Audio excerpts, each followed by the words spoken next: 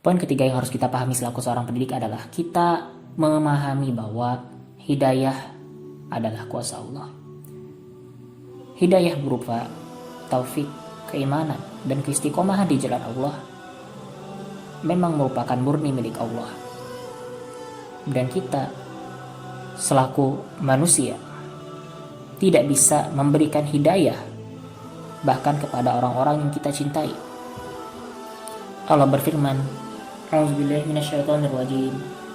Innaka la tahdi man ahbabta walakinallaha yahdi man yasha. Sesungguhnya engkau tidak dapat memberikan petunjuk kepada orang yang kau cintai. Akan tetapi ialah Allah yang memberikan petunjuk kepada sesiapa saja yang Ia kehendaki. Surah Al-Qasas ayat 56. Maka apabila kita selaku seorang pendidik dalam upaya kita mendidik keluarga, mendidik anak, mendidik istri, ataupun mendidik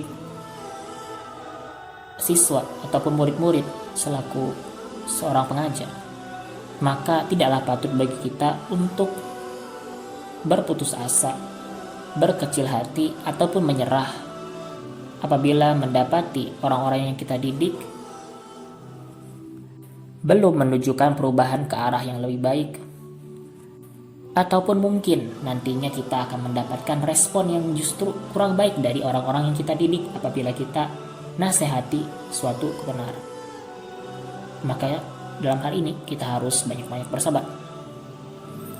Karena sekali lagi, hidayah datang karena rahmat Allah dan tugas kita hanya berikhtiar sebaik mungkin dan semampu kita untuk menasihati, menunjukkan, mengarahkan, dan juga membimbing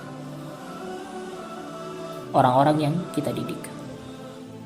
Dapat kita ambil pelajaran dari kisah rasul-rasul terdahulu, yang mana kita tahu bahwa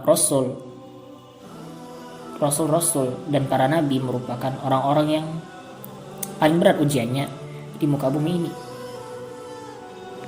Bagaimana kisah Nabi Nuh yang dalam ikhtiarnya membimbing umatnya, beliau diuji oleh Allah dengan istri yang tidak mau taat kepada beliau dan anak yang membangkang kepada beliau. Kan tapi beliau tetap bersabar dan meyakini takdir Allah. Meskipun akhirnya istri dan anak beliau pun ikut tenggelam bersama orang-orang yang zalim.